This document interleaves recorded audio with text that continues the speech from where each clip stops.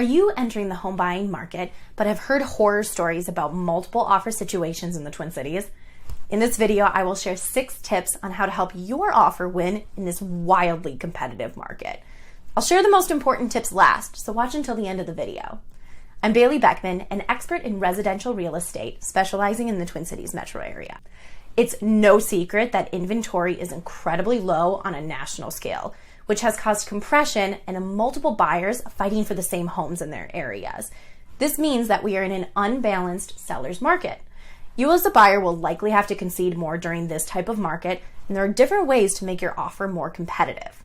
The first tip is to have an offer with the least amount of moving parts. What this means is that a seller will likely select an offer that is least likely to fall through, forcing them to go back onto the open market. You can do this by limiting the number of contingencies in your offer. Contingencies can include the need to sell an existing home, an inspection, etc. The next tip to help you win in multiple offers is to increase the amount of earnest money you will have the seller hold onto until closing. This shows the seller that you are confident and serious about your offer. An extra plus for a seller is to make this earnest money non-refundable. The third tip is to write a letter to the sellers of the home.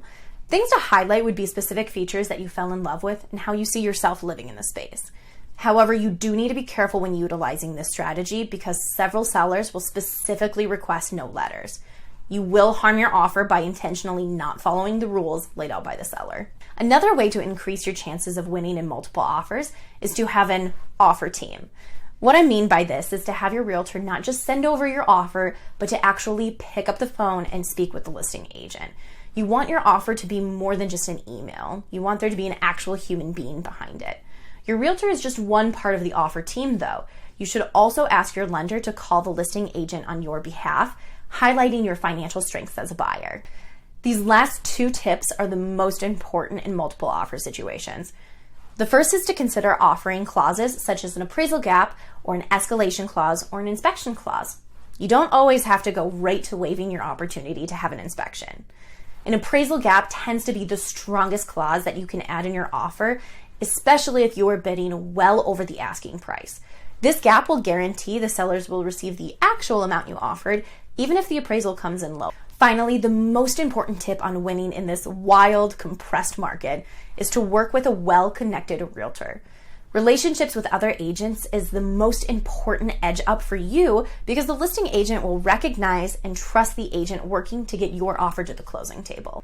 Now that you have these tips on how to win in multiple offer situations in the Twin Cities, you won't have to have a horror story of your own. If you learned something during this video, you will want to watch my next video, how to avoid overpaying for a house in a seller's market. Feel free to set up an appointment on my online calendar if you'd like to learn more about my buying strategy in this current market. I have the link to my calendar in the description. I look forward to connecting with you.